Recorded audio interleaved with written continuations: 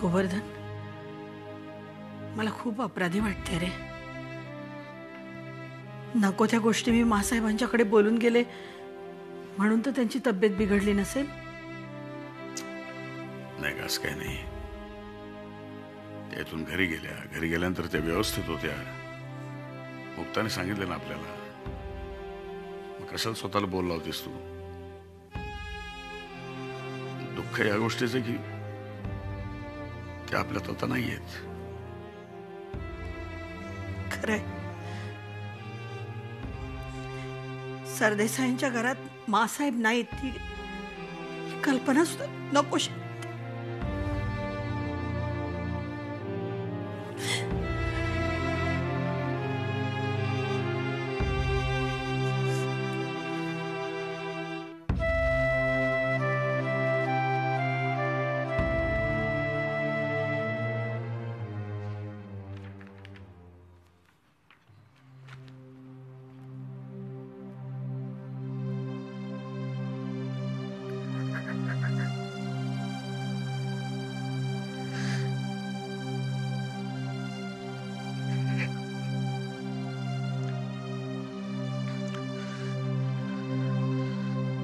काय झालं? कोणी काय बोललं?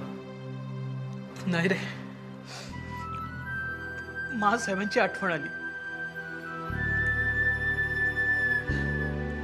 मासाहेबांच्या पश्चात अमृत डेअरीत काम करणं खरंच कठीण आहे. मन कुठल्याही प्रकारे सत्य स्वीकारायला तयार होत नाहीये. पावलोपावली त्यांची आठवण होते. खरंच कठीण आहे. आनंद, अरे मी कदाचित तुझ्या वयाचा असेल तेव्हापासून मासाहेबांच्या खांद्याला खांदा भिडून या अमृत डेअरीच्या उभारणीसाठी आम्ही कष्ट केलेत. आणि त्याच नाहीत म्हटल्यावर असं वाटतं आपणही इथे राहू नये. अरे, कंपनीतल्या कुठल्याही व्यक्तीसाठी सदैव त्यांचा आश्वासक हात सदैव तयार असायचा. आणि आता यापुढे तोच नसणार आहे. मग कशाला आपण इकडे राहायचं? नाही,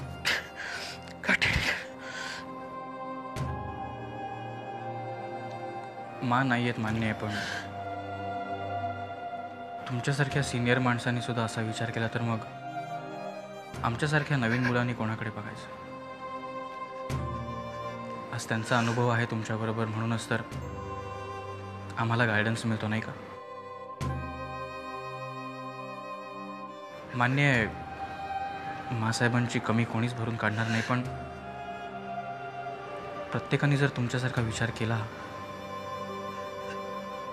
बरोबर नाही ना? चला.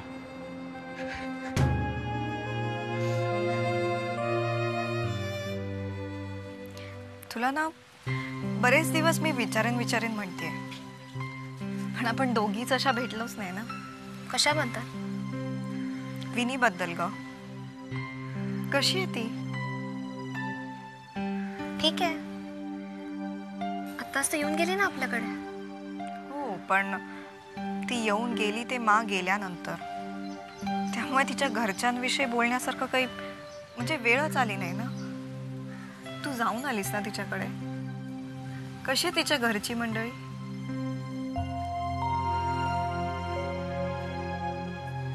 घरचे लोक सगळे चांगले आहेत. आय मीन इनमीन 3 माणसंच तर आहेत. तरी मला असं वाटतं की त्या घरात विनी खुश नाहीये. मलाही तीच शंका आली, म्हणूनच मी विचारते तुला. पण नक्की प्रॉब्लेम काय आहे? आता तुला सांगायला काहीच हरकत नाहीये. ज्योती, अगं नवीन लग्न झाल्यानंतर जसं नवऱ्याला बायकोशिवाय दुसरं काही जगच नसतं ना, तसं आपल्या विनीच्या बाबतीत नाहीये. नवीन सुशांत माणूस म्हणून तसा खूप चांगला आहे, पण तो विनीशी नवीन लग्न झाल्यासारखं वागतच नाहीये. खूप विचित्र वागतोय. सारखा बाहेर असतो, तिच्यापासून लांब राहतो, तिला टाळत असतो. साधा हनीमूनला जायचं ना तर तो एकटाच कुठेतरी निघून गेला. याचा काय अर्थ?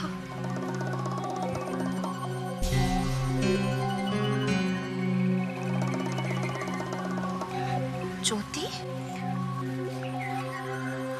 अगं तुला काय झालं? हा,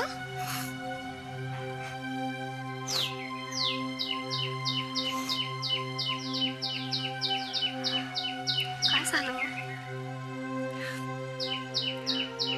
माझी परिस्थिती अशीच आहे.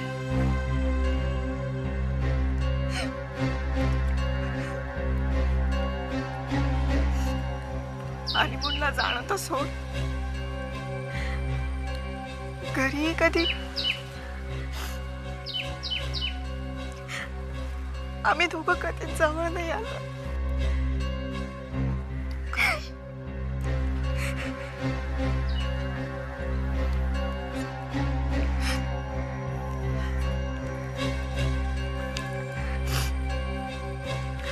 राकेशलाच हे सगळं नकोय.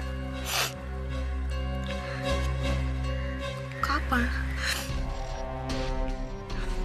त्याचं असं म्हणणं आहे त्याला थोडा वेळ हवाय. स्वतःला प्रूव्ह करायचंय त्याला.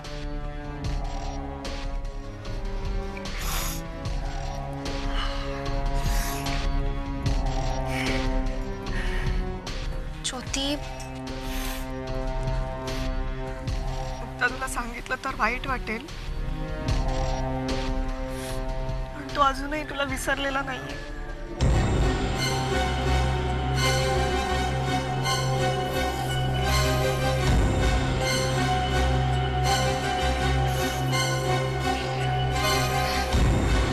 ज्योती, I know it's too late,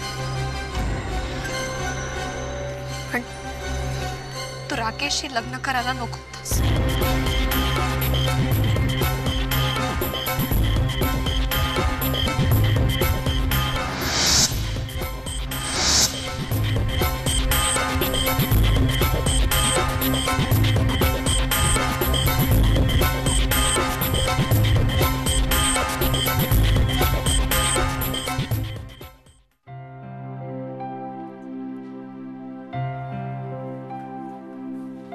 Vidula, का ग अशी एकटीच का बसलीस इथे? मग काय करू, कोणी येतच नाहीये जेवायला. तुला भूक लागली का? हो. अगं मग मला सांगायचं नाही का? हो, पण कोणी येत नाहीये तर मग मीच कसं येऊन सांगू की अहो बाई मला भूक लागली. अगं पण तू लहान आहेस ना, सांगितलं म्हणून काय झालं? आणि तू मला असं सारखं सारखं बाई नको बाई म्हणत जाऊ. मग काय म्हणू? नाही म्हणजे अगं ज्योती आणि मुक्ता काय म्हणतात, काकू म्हणतात ना, मग तू पण काकू म्हणूनच हाक मारत जा ना. मी तुझ्यासाठी तूप साखर पोळी घेऊन येते. गोड आवडतं ना तुला?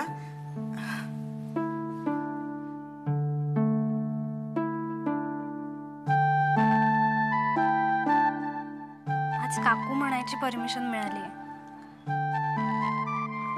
उद्या कदाचित आई म्हणायची पण मिळेल. फ्रेंडला ही गंमत सांगायलाच हवी.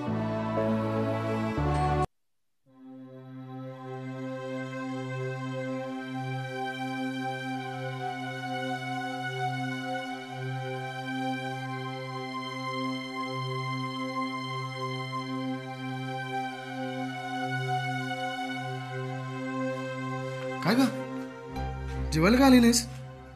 खाली सगळे वाट बघत होते तुझी. ज्योती, काय झालंय? अलीकडे तुझा मूडही नसतो, खूप अपसेट वाटतेस तू.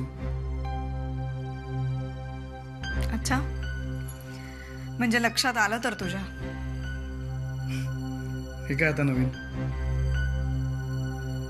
हो, म्हणजे तुला असं म्हणायचंय का की मी तुझं कौतुकच करत नाही, माझं तुझ्याकडे लक्षच नसतं?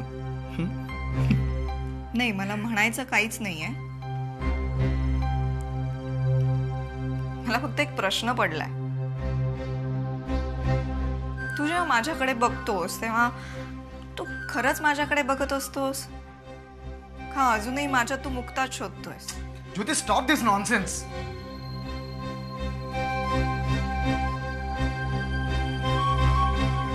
तुझ्या नजरेतला जो कोरडेपणा आहे ना, तो माझ्या लक्षात न येण्या इतकं मी मूर्ख नाहीये. कळलं ना? तू अजूनही जर माझ्यात मुक्ताला शोधत असशील तर हा आमच्या दोघींचाही अपमान आहे आणि आता हे नाही सहन होते.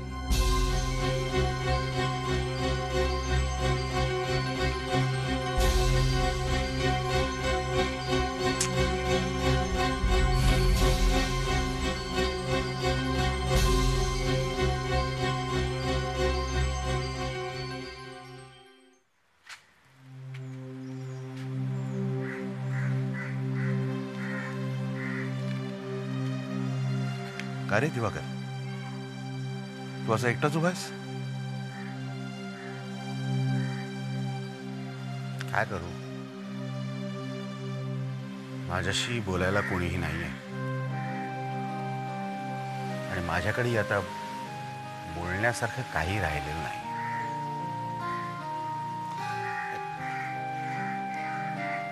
हे बघ दिवाकर, जे झालं ना ते झालं, ते विसरून जा ना. हा, आणि तू एक काम कर, तू आत्ता आमच्या बरोबर ऑफिसला चल. तिकडे कामात तुझं मन रमेल, बरं वाटेल तुला.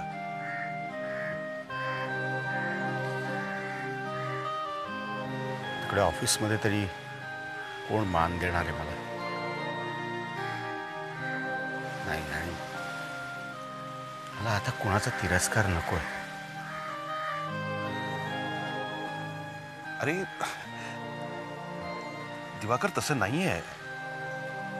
घरातल्या गोष्टी या घरातच राहणार आहे. ऑफिसमधल्या लोकांना त्याची कल्पना सुद्धा नाहीये. हे असं सगळं तुला वाटतंय.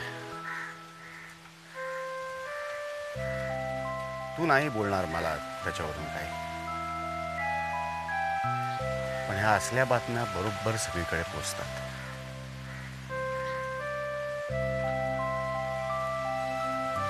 नाही, मला ऑफिसही नको, घरही नको.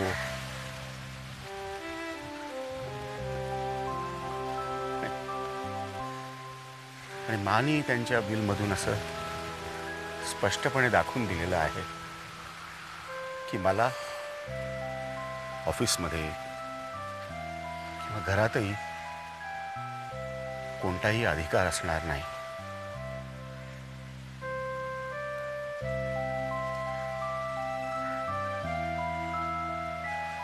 कशाला जगायचं हे असलं लाजीरवाणं चिणं?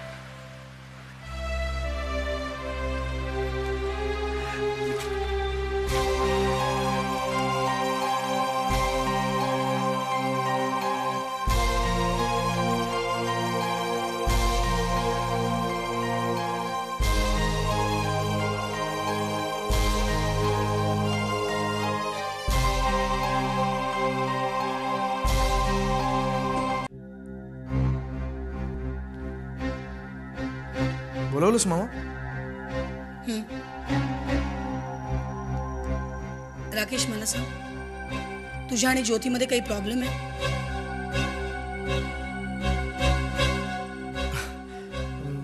नाही का मामा, काहीच नाही. ॲब्सोल्युटली. तुला तसं कोणी काही म्हटलं का?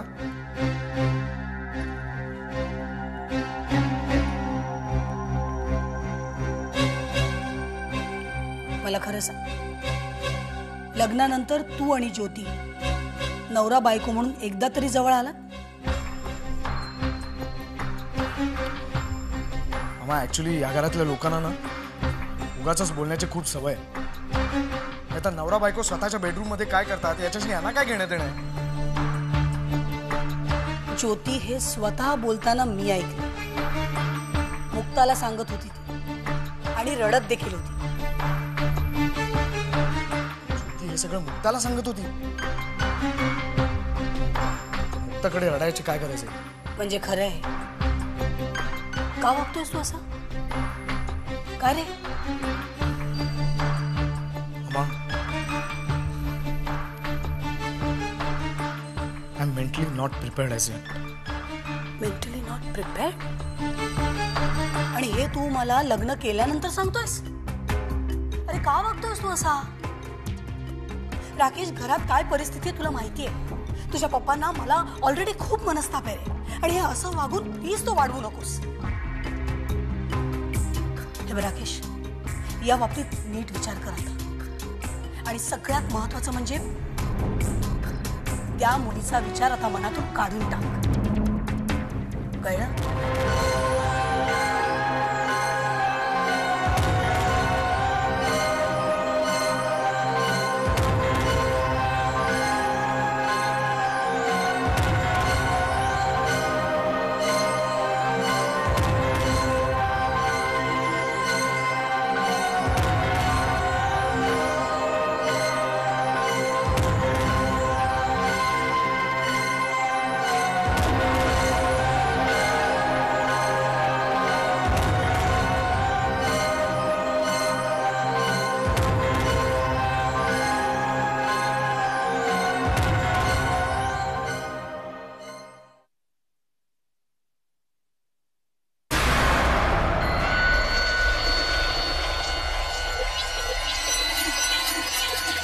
मी ऐकलं ते खरं आहे की खोटं? माझा सागर या थराला गेला? त्याने एका असहाय्य मुलीवर बलात्कार केला? म्हणजे प्रायश्चित्त म्हणून त्याने मुक्ताशी लग्न केलं?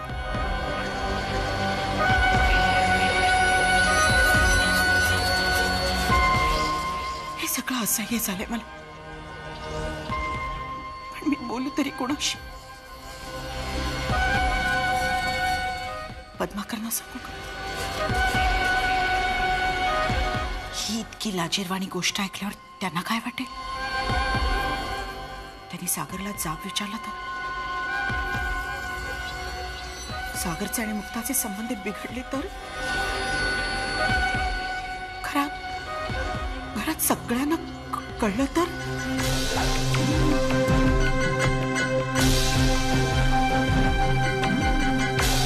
नको, त्यापेक्षा सध्या गप्प बसलेलंच बरं. मनाचा इतका भडका उडालाय. पण सागर, तू हे काय केलंस? का केलंस? प्रश्नाचं उत्तर शोधता येत नसेल तर तो प्रश्न मनातच राहिलेला बरं.